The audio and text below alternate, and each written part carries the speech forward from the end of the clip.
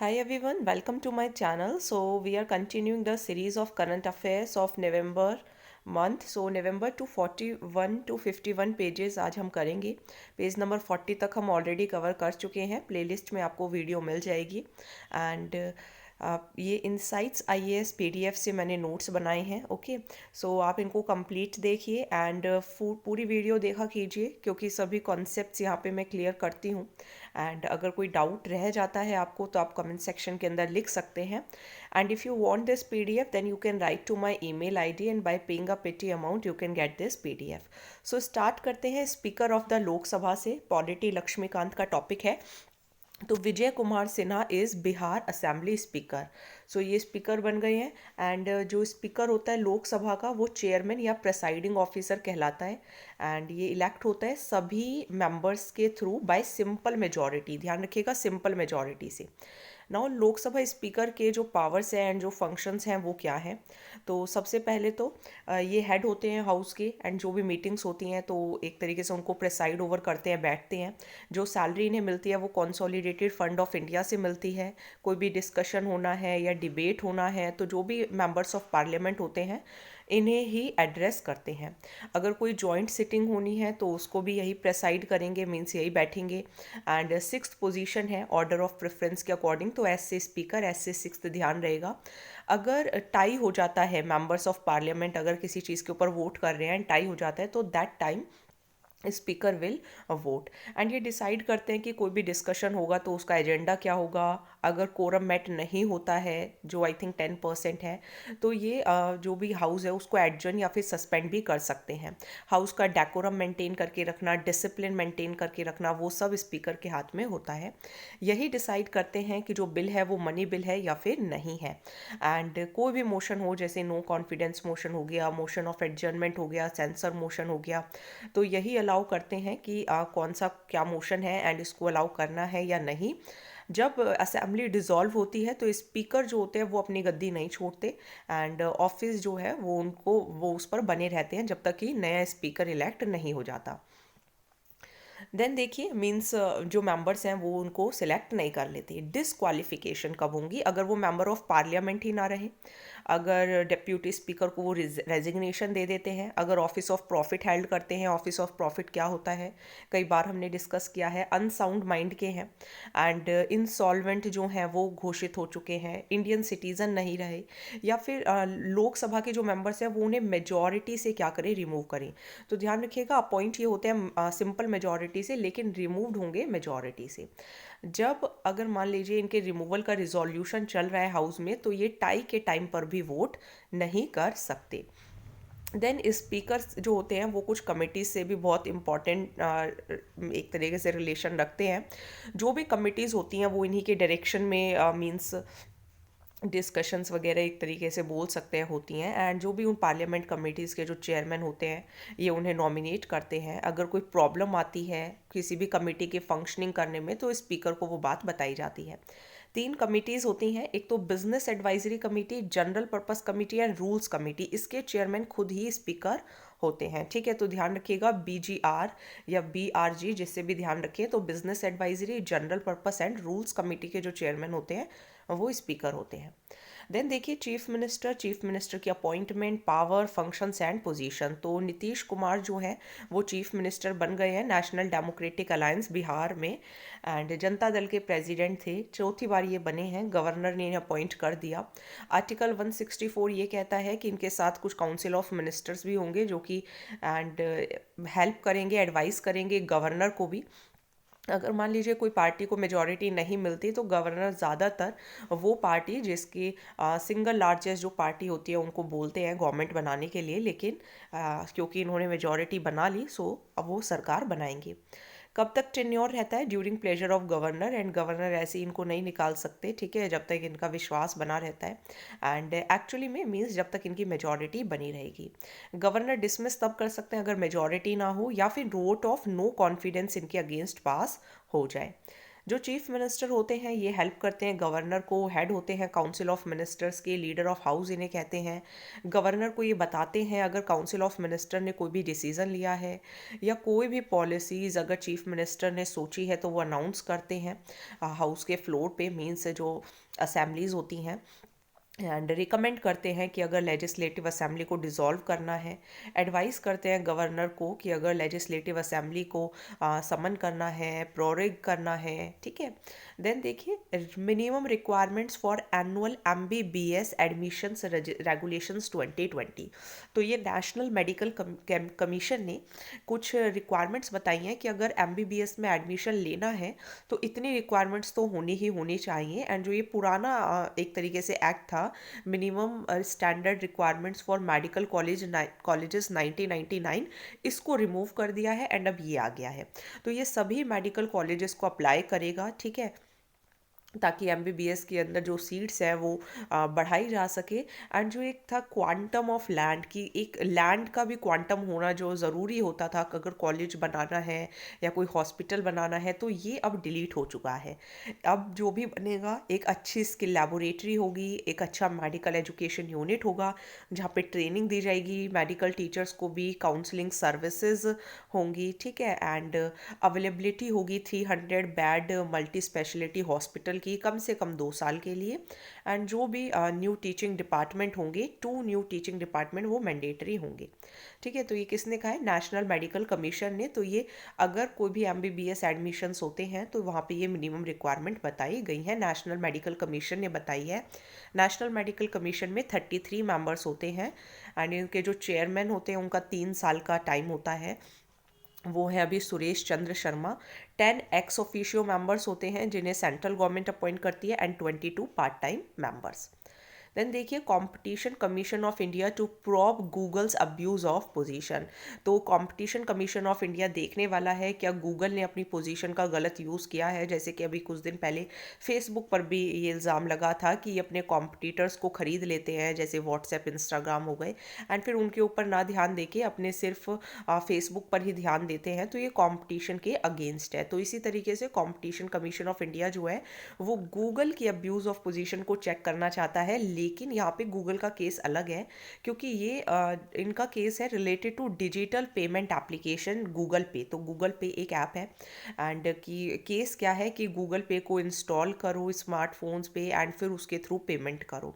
तो सेक्शन 4 जो है वो इसी के साथ डील कर रहा है कि अपनी मार्केट पोजीशन का गलत यूज़ कर रहे हैं।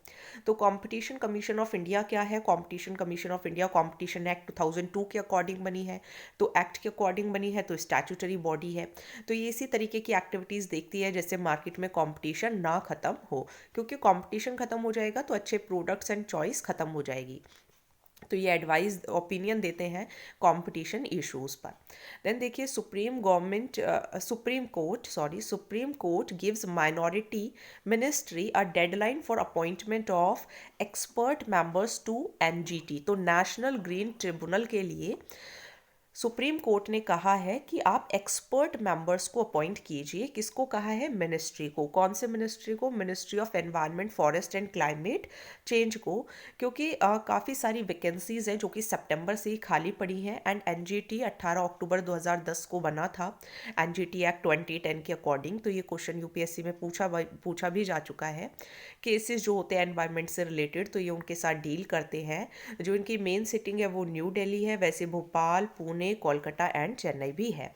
ये जो NGT है वो कोड ऑफ सिविल प्रोसीजर 1908 से बाधित नहीं होता एंड ये मैंडेटेड है कि ये कोई भी एप्लीकेशन अगर इनके पास आती है कंप्लेंट की तो ये विद इन 6 मंथ्स उसकी अपील लेते हैं। इंडिया जो है वो ऐसी थर्ड कंट्री है जहाँ पे NGT है, ऑस्ट्रेलिया में है और न्यूजीलैंड में है। NGT के अंदर 40 मेंबर्स होते हैं, 20 एक्सपर्ट, 20 जुडिशियल। जो चेयरमैन होंगे वो या तो जज हों सुप्रीम कोर्ट के या फिर हाई कोर्ट के रिटायर्ड चीफ जस्टिस या फिर सर्विंग जज। इनको सिलेक्ट करती है एक सिलेक्शन कमेटी। जो एक्सपर्ट मेंबर्स होने चाहिए वो मेंबर्स होने चाहिए या तो कोई रिटायर्ड ब्यूरोक्रेट हो जो कि एडिशनल सेक्रेटरी की पोस्ट से नीचे ना काम किया हो एंड कम से कम 5 साल का एक्सपीरियंस हो एनवायरनमेंट रिलेटेड मैटर में एंड डॉक्टरेट डिग्री हो अगर एनवायरनमेंट रिलेटेड में तो वो भी बहुत अच्छा है। देन पोषण अभियान, तो नीति आयोग ने एक रिव्यू रिपोर्ट रिलीज़ की है हमारी कंट्री के पोषण अभियान के लिए, ताकि जो कंट्री में स्टंटिंग, वेस्टिंग एंड अनीमिया है उसको कम किया जा सके। तो जैसे मान लीजिए लो हाइट रह जाती है, ठीक है, किसी की, मीन्स कोई छोटा रह गया एंड मोटा हो गया, कोई पतला हो गया लेकिन लंबा हो गया, so this is all stunting and wasting. तो पोषण प्लस स्ट्रैटेजी भी बनाई है ताकि जो भी नेशनल हेल्थ मिशन या जो integrated child development system delivery के अंदर जो प्रॉब्लम है उसे देखा जा सके एंड जो 60% स्टंटिंग केस है उन्हें कम किया जा सके। तो पोषण अभियान इसीलिए है ताकि children, pregnant women and lactating mothers का जो न्यूट्रिशनल आउटकम है उसे इम्प्रूव किया जाए। 2018 में इसे लॉन्च किया था। एम क्या है, स्टंटिंग एंड वेस्टिंग, तो 2 पॉइंट्स हैं तो 2% से कम करना है। अनेमिया को 3% से कम करना है, ठीक है। एंड ये एज ग्रुप जैसे चिल्ड्रन 0 to 6 ईयर्स, जहाँ पे जो स्टंटिंग है वो 38 से घटाकर 25 करनी है 2022 तक। बैकग्राउंड ये क्यों लाया गया था, क्योंकि हमारी कंट्री के अंदर 1/3 से भी ज़्यादा बच्चे जो 5 से कम एज के हैं वो स्टंटिंग एंड वेस्टिंग से सफ़र कर रहे हैं। 40% जो चाइल्ड है वो अनेमिक है। 50% जो प्रेग्नेंट एंड जो अदर वीमेन है वो अनेमिक है as per national family health survey. तो ये नेशनल फैमिली हेल्थ सर्वे भी हमने किया है। देन देखिए व्हाट इज़ एक्स्ट्राडिशन। तो एक्स्ट्राडिशन, जो विजय माल्या है वो ब्रिटेन में रह रही है, तो वो यहाँ से भाग गए एंड सुप्रीम कोर्ट ने कहा, सुप्रीम कोर्ट पे एक प्ले फाइल हुई कि भाई इनका अब जो केस है वो रद्द कर दो। तो सुप्रीम कोर्ट ने सेंट्रल गवर्नमेंट को कहा कि देखो कि यूके से इनकी जो एक्स्ट्रा रेटिंग होनी है, मीन्स वहाँ से जो इनको वापस लाना है, तो उस पर क्या क्या प्रोग्रेस हुई है। तो विजय माल्या ने ब्रिटिश सुप्रीम कोर्ट के अंदर अपील डाली थी एंड अगेंस्ट हिज एक्स्ट्रा, मतलब कि उसे उन्हें ना भेजा जाए यहाँ पे, लेकिन वो वहाँ पर हार गए क्योंकि यहाँ पे काफ़ी सारा पैसा उन्होंने एक तरीके से बिल्कुल ही ख़राब एरोप्लेन्स दिखा के पैसा उठा लिया था एंड फ्रॉड चार्जेस उन पर लगे हैं। तो UK government, this is UK is United kingdom, okay. तो यूनाइटेड किंगडम गवर्नमेंट ने कहा कि यहाँ पे भेजने से पहले वो इस इशू को क्या करे, रिजॉल्व करे। तो एक्स्ट्राडिशन का क्या मतलब होता है कि जब एक स्टेट से दूसरे स्टेट के अंदर किसी पर्सन को भेजा जाए क्योंकि यहाँ पे उसने कोई क्राइम किया है जिसकी वजह से वो एक्यूज्ड है, कन्विक्टेड है, ठीक है। तो ये एक्स्ट्राडिशन की प्रोसेस जो है वो तब भी स्टार्ट हो सकती है अगर अंडर इन्वेस्टिगेशन कोई केस हो या अंडर ट्रायल में हो या फिर कन्विक्टेड हो। एक्ट इसका ध्यान रखिएगा, एक्स्ट्राडिक्शन एक्ट 1962, जो कि इंडिया लेजिस्लेटिव बेसिस प्रोवाइड करता है।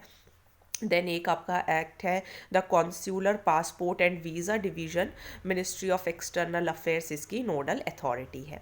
कोई भी एक्स्ट्राडिशन नहीं हो सकता अगर कोई ट्रीटी साइन ना हुई हो, कंट्री के बीच में कोई ट्रीटी क्राइम ना हुआ हो, ठीक है। ये कुछ ऐसे केसेस हैं जहाँ पे एक्स्ट्राडिशन के जो रूल्स हैं वो फॉलो नहीं होते अगर प्रोसीजर फॉलो नहीं किया गया है तो। देन देखिए प्रधानमंत्री भारतीय जन औषधि परियोजना, तो इसको भी हम 1 साल से कर रहे हैं। तो फार्मा प्रोडक्ट्स 358 करोड़ के बेचे गए जन औषधि स्टोर्स के थ्रू पहले ही 7 महीने में, एंड हो सकता है 600 करोड़ से भी ज़्यादा के ये बिक जाए। 2019-20 में 419 करोड़ के बिके थे। इसको लॉन्च किया था डिपार्टमेंट ऑफ फार्मास्यूटिकल्स ने, ministry of chemical and fertilizers के अंदर आती है। इसके अंदर देखिए ऐसी मेडिसिन मिलती हैं जो कि जेनरिक मेडिसिन होती हैं। एक मेडिसिन होती है जिनकी पैकेजिंग वगैरह बहुत अच्छी होती है, तो इनकी पैकेजिंग इतनी अच्छी नहीं होती but they are very good and कम प्राइजेस पे मिल जाती हैं इन केंद्र से, जन औषधि केंद्र से। 2018 में ये लॉन्च की गई थी लेकिन फिर सही तरीके से इसको 2015 में ही चलाया गया। इसको इम्प्लीमेंट करता है bureau of pharma, PSU of India. Then देखिए नेशनल फूड सिक्योरिटी एक्ट 2013, तो इसको भी हम काफ़ी टाइम से पढ़ रहे हैं एंड इनका मेन एम यही है कि कंट्री के लोगों को, खास करके पॉपुलेशन को, एंड हम देखेंगे भी कि 50% अर्बन एंड 75% रूरल पॉपुलेशन को अफोर्डेबल प्राइस पर खाना मिल सके, ठीक है। तो इसके अंदर 5 kg फूड ग्रेन दिया जाता है पर पर्सन पर मंथ, एंड अगर मान लीजिए पूरे घर को देखें, पुअर हाउस होल्ड को देखें तो 35 kg तक मिल सकता है अंडर अंत्योदय अन्न योजना। ये प्राइस ध्यान रखिएगा, ये यूपीएससी में पूछा जा चुका है, 3 रुपीज़, 2 रुपीज़, 1 रुपीज़। तो ये आपके बढ़ते हुए अल्फ़ाबेट्स के अकॉर्डिंग है। राइस में जो नंबर ऑफ अल्फ़ाबेट्स है वो 4 है, फिर 5 है एंड फिर आप गिन लीजिएगा, ठीक है। तो ये 6 या 7, 13 बनते हैं, ठीक है। तो बढ़ते हुए क्रम के साथ जो प्राइजेस हैं वो क्या हो रहे हैं, डिक्रीज, यही पूछा गया था। हाउस होल्ड्स को आइडेंटिफाई करने का काम स्टेट गवर्नमेंट यूनियन टेरिटरी का है। मिनिमम सपोर्ट प्रोवाइड किया जाता है, नेशनल सपोर्ट प्रोवाइड किया जाता है विमेन एंड चिल्ड्रन जो कि 6 महीने से 14 साल के बच्चे हों, through ICDS that is integrated child development system. Mid day meal scheme दी जाती है, ठीक है। मैटरनिटी बेनिफिट 6,000 रुपये का मिलता है। कोई प्रेग्नेंट है या फिर कोई बेबी हो गया है तो बेबी जो दूध पिलाते हैं, so that is women empowerment. अगर 18 साल से अबव घर की हाउस होल्ड जो है वो लेडी होंगी तभी ये राशन मिलता है। अगर कोई प्रॉब्लम आती है तो ग्रीवेंस रिड्रेसल मैकेनिज्म रहता है, ट्रांसपेरेंसी है यहाँ पर, भत्ता मिलता है, फूड सिक्योरिटी, एंड अगर कोई पब्लिक सर्वेंट ये काम करने में नहीं सफल होता तो उसे पेनल्टी भी लगाई जा सकती है। देन देखिए नेशनल पॉपुलेशन रजिस्टर, तो ये कंट्री में बनाया जा रहा है and registrar general of India ने जो इसका क्वेश्चनेयर बनेगा, जैसे क्वेश्चनेयर हो गया कि आपका नेम क्या है, एज क्या है, एड्रेस क्या है, तो इस तरीके का जो क्वेश्चनेयर है उसके लिए जो रजिस्ट्रार जनरल ऑफ इंडिया है उन्होंने क्वेश्चनेयर को अप्रूव कर दिया है। तो नेशनल पॉपुलेशन रजिस्टर, तो आप ऐसे सोच के देखिए कि मान लीजिए एक रजिस्टर है, जैसे आपकी क्लास टीचर ने कभी बनाया होगा, तो इसके अंदर यूजुअल रेजिडेंट्स, जो कंट्री के जो यूजुअल रेजिडेंट्स हैं उनका नाम लिखा जाएगा। यूजुअल रेजिडेंट्स मतलब जो यहाँ पर 6 महीने से पहले रह रहे हो एंड अगले 6 महीने तक रहेंगे, ठीक है। ये हर लेवल पे बनेगा, चाहे लोकल हो, सब डिस्ट्रिक्ट हो, स्टेट हो या नेशनल लेवल हो, under citizenship amendment act 1955 and according to national identity cards rules 2030। And ये मैंडेटरी है, रजिस्टर कराना ही पड़ेगा। क्यों कराना है? ताकि कंट्री के अंदर जो अभी सिटीजन का एक डाटाबेस मिल सके। 2010 में पहली बार इसको बनाया गया था एंड फिर 2015 में अपडेट किया गया। यूजुअल रेजिडेंट का मतलब मैंने आपको बता दिया, किसी लोकल एरिया के अंदर पिछले 6 महीने से रह रहे हों या फिर और 6 महीने रहने वाले हों, दोनों दोनों होना चाहिए, ठीक है। देन देखिए डिफेंस एक्विजिशन प्रोसीजर 2020 DAP, तो हमारा जो कंट्री का इंडियन एयरफोर्स है वो सोच रहे हैं कि जो ट्रेनर एयरक्राफ्ट होते हैं या जो लाइट यूटिलिटी हेलीकॉप्टर्स होते हैं तो उनको एक तरीके से रेंट पे दे दे कुछ समय के लिए। तो डिफेंस एक्विजिशन प्रोसीजर सितंबर में अनवील किया गया था एंड इसने डिफेंस प्रोसीजर जो है उसको सुपरसीड किया था। इसके अंदर जो भी इंडिजीनियस फर्म्स होती हैं उनको रिजर्वेशन मिलती है, उसके अंदर FDI 49% से ज़्यादा नहीं होना चाहिए। एक न्यू बाय कैटेगरी डाली है जिसमें इंडिजिनाइजेशन कम से कम 50% का हो। ग्रेटर इंडिजीनियस कंटेंट है 2016 के कंपैरिजन में 10%। इम्पोर्ट एम्बार्गो लिस्ट बनाई जाती है 101 आइटम्स की। एम्बार्गो क्या होता है? गवर्नमेंट का ऑर्डर होता है जो कि बता देते हैं कि इस कंट्री के साथ हमें ये काम नहीं करना, so that is embargo list. Offset liability available नहीं होती अगर इंटर गवर्नमेंट एग्रीमेंट है, गवर्नमेंट टू गवर्नमेंट एग्रीमेंट है, ओके। ऑफसेट क्लोज अगर चाहिए तो जो फॉरेन वेंडर है उन्हें कुछ पार्ट जो है कॉन्ट्रैक्ट वैल्यू का वो इंडिया में इन्वेस्ट करना पड़ता है, ठीक है। हम ये काफ़ी बार कर चुके हैं। Now this is something through which you can also relate to yourself. तो जम्मू एंड कश्मीर रोशनी एक्ट, तो जम्मू एंड कश्मीर एडमिनिस्ट्रेशन ने एक नई लिस्ट जारी की है कि देखिए रोशनी एक्ट के बेनिफिशियरीज कौन कौन हैं। ऐसे रिटायर्ड सिविल सर्वेंट्स एंड कुछ पुराने मिनिस्टर्स, मीन्स जो अब मिनिस्टर नहीं रहे हैं। अब ये जो कानून है ये नल एंड वॉइड हो गया एंड इनको जो भी ज़मीन दी गई थी वो सब इनसे वापस ली जाएगी।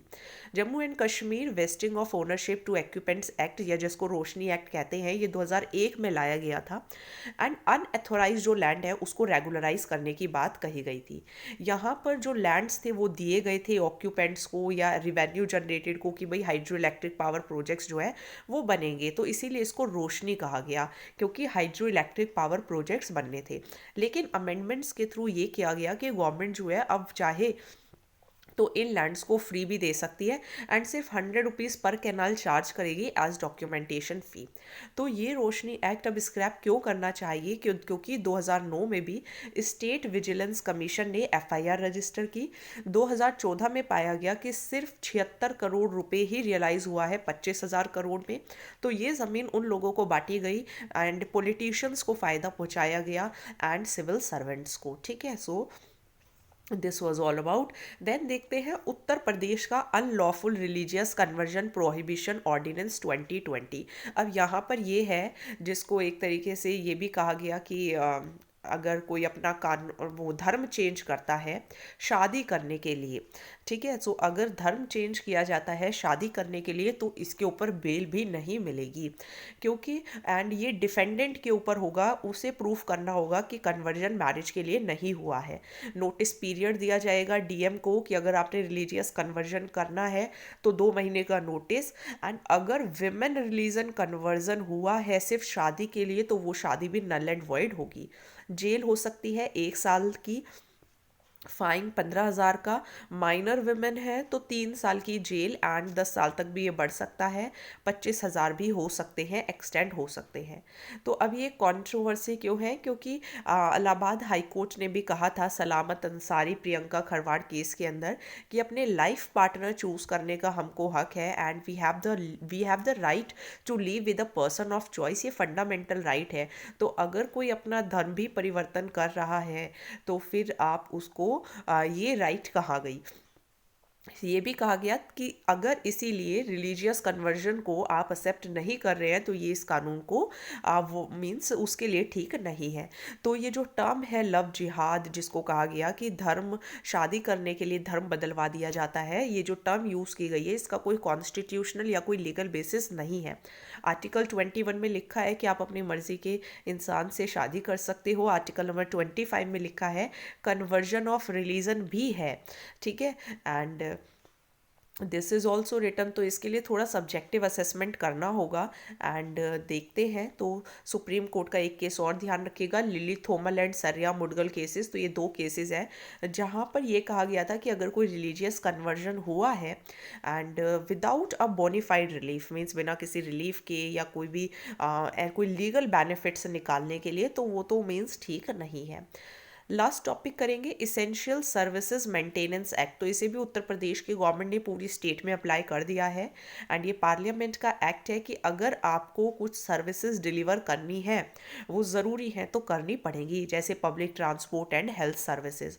तो पुलिस के पास राइट है कि अगर आप अपनी सर्विस नहीं करेंगे तो वो आपको अरेस्ट कर सकते हैं बिना एक्ट के प्रोविजंस को वायलेट किए हुए। तो ये लिस्ट नंबर 33 कॉन्करेंट लिस्ट में आता है। एंड ये एक पावरफुल लॉ है, लेकिन इसका एग्जीक्यूशन अगेन स्टेट गवर्नमेंट के डिस्क्रिप्शन पर डिपेंड करता है। So thank you so much. इसी मंथ में मेरी पूरी कोशिश रहेगी नवंबर का करंट अफेयर कंप्लीट हो जाए। If you want to this PDF you can pay ₹90 and get this PDF. So you can write to my email ID. Till then please like share and subscribe.